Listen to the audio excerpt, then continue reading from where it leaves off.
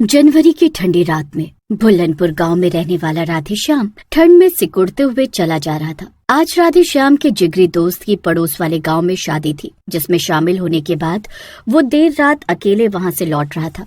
अरे आखिरी बस भी निकल गई तो बड़ी आफत हो जाएगी। इतनी रात में गांव के लिए कोई साधन भी नहीं मिलेगा। बस ने उसे गांव के बाहर के बस स्टॉप पर उतार दिया था, लेकिन अब वहां से उसे अपने घर तक पैदल ही जाना था।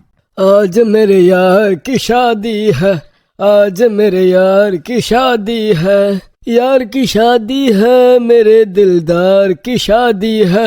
आज तो बड़ी ठंड है, खेतों के रास्ते से ही निकल लेता हूँ। थोड़ा जल्दी पहुँच जाऊंगा, वरना घर पहुँचने में 1 घंटा लगेगा। राधेश्याम जल्दी घर पहुँचने के लिए खेतों वाला रास्ता पकड़ लेता है। तभी उसकी नजर खेत में खड़े बिजुका पर पड़ती है। एक घड़े से उसका सर बनाकर उसके ऊपर कुछ घास फूस रखी हुई थी। अरे अब मुझे चढ़ गई है क्या? ये बिजुका इतना अजीब सा क्यों नजर आ रहा है? ऐसा लग रहा है जैसे मुझे देखकर मुस्कुरा रहा हो। अरे राधेश्याम, तेरा दिमाग अपनी जगह से हिल गया है लगता है। बिजुका कोई इंसान थोड़ी होता है जो तुझे देखकर मुस्कुराएगा। राधेश्याम ने उस ख्याल को अपने दिमाग से झटका और एक बार फिर लंबे लंबे कदम बढ़ाकर खेतों को पार करने लगा। अभी वो थोड़ी दूर और चला होगा कि उसे फिर अपने दाएं और खेत में बिल्कुल हूबहू वही बिजुका खड़ा हुआ नजर आता है जिसे उसने अभी कुछ देर पहले देखा था। ऐसा कैसे हो सकता है? अभी कुछ देर पहले ही तो मुझे ये बिजुका दिखा था, हूबहू वही कपड़े, और इस हुलिये में ये बिजुका यहाँ कैसे हो सकता है? इस बार तो राधेश्याम की डर के मारे हालत खराब हो गई थी। अरे राम राम राम, अरे इसका मतलब मुझे कोई गलतफहमी नहीं हुई थी। ये कोई बिजुका नहीं बल्कि भूत प्रेत लगता है। ये तो रास्ते के बीचों बीच खड़ा हुआ है। अरे करूँ तो क्या करूँ? राधेश्याम की अब आगे बढ़ने की हिम्मत नहीं हो रही थी, इसलिए वो वापस जाने के लिए जैसे ही पीछे मुड़ता है, अपने ठीक पीछे भी उसे एक और बिजुका खड़ा हुआ नजर आता है।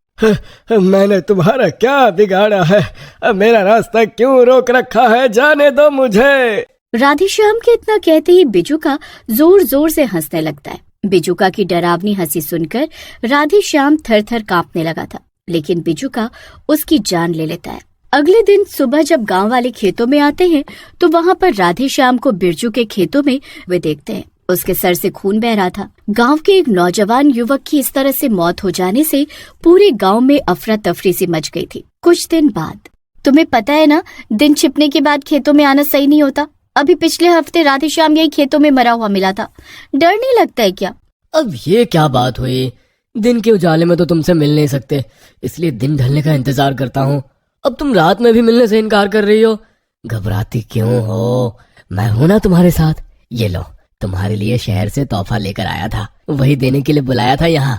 चलो अब तुम पहले जाओ, थोड़ी देर बाद तुम्हारे पीछे पीछे मैं भी आता हूँ, वरना किसी ने साथ में गांव में आते हुए देख लिया तो बवाल हो जाएगा।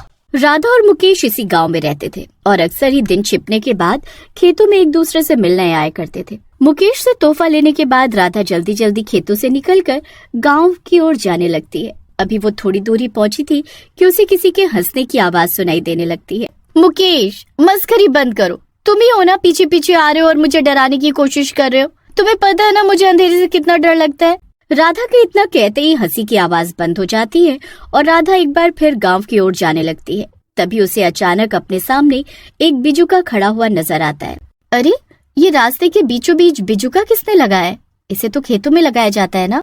राधा तेजी से बिजुका के पास से गुजरने लगती है कि तभी उसे ऐसा लगता है जैसे किसी ने उसका हाथ पकड़ लिया है। कुछ ही देर में उसकी 1 सप्ताह में हुई 2 मौतों के बाद पूरे गांव में डर का माहौल बन गया था। लोगों को इतना तो समझ में आ ही गया था कि गांव में जरूर कोई भूत प्रेत आ गया है जो दिन छिपे लोगों की जान ले रहा है। कुछ दिन शोक मनाने के बाद गांव वाले तो अपने जीवन में आगे बढ़ गए थे, लेकिन मुकेश चाहकर भी राधा को भूल नहीं पा रहा था। राधा, मेरी राधा, मैं खुद को कभी माफ नहीं कर पाऊंगा। सब मेरी ही गलती है। ना मैं उसे रात में मिलने के लिए खेत पर बुलाता और ना मेरी राधा की जान जाती। वो तो अंधेरे से वैसे ही इतना डरती थी। भगवान, अगर किसी को मारना ही था तो उस भूत ने मुझे मार दिया होता। जब तक मैं पता ना लगा लूं कि मेरी राधा को किसने और क्यों मारा, मेरे मन को चैन नहीं मिलेगा। अपना दुख लेकर मुकेश पास ही के गांव में रहने वाले एक तांत्रिक बाबा के पास जाता है जिन्हें भूत प्रेत भगाने की सिद्धि प्राप्त थी। बाबा, उस रात राधा मुझसे ही मिलने आई थी। पूरा खेत सुनसान था, गांव का कोई आदमी उस समय खेतों में नहीं था। मुझे पूरा यकीन है कि मेरी राधा को किसी इंसान ने नहीं मारा। जरूर इसके पीछे किसी भूत प्रेत का चक्कर है। अपनी राधा को तो मैं नहीं बचा सका, लेकिन मैं अपनी राधा की मौत का सच जानना चाहता हूँ। बाबा कुछ देर आंखें बंद करके बैठते हैं और फिर, देखो बेटा, तुम्हारी राधा को और राधे श्याम को खूनी बिजुका ने मारा है। उस बिजुका के अंदर एक शैतानी आत्मा है, इसलिए वो एक एक करके सबका शिकार कर रही है। लेकिन बाबा, बिजुका के अंदर आत्मा कैसे हो सकती है? बिजुका को तो हम गांव वाले अपने खेतों में लगाते ही हैं। आज से पहले तो कभी ऐसा नहीं हुआ कि कोई बिजुका शैतान बनकर गांव के लोगों को मारने लगे।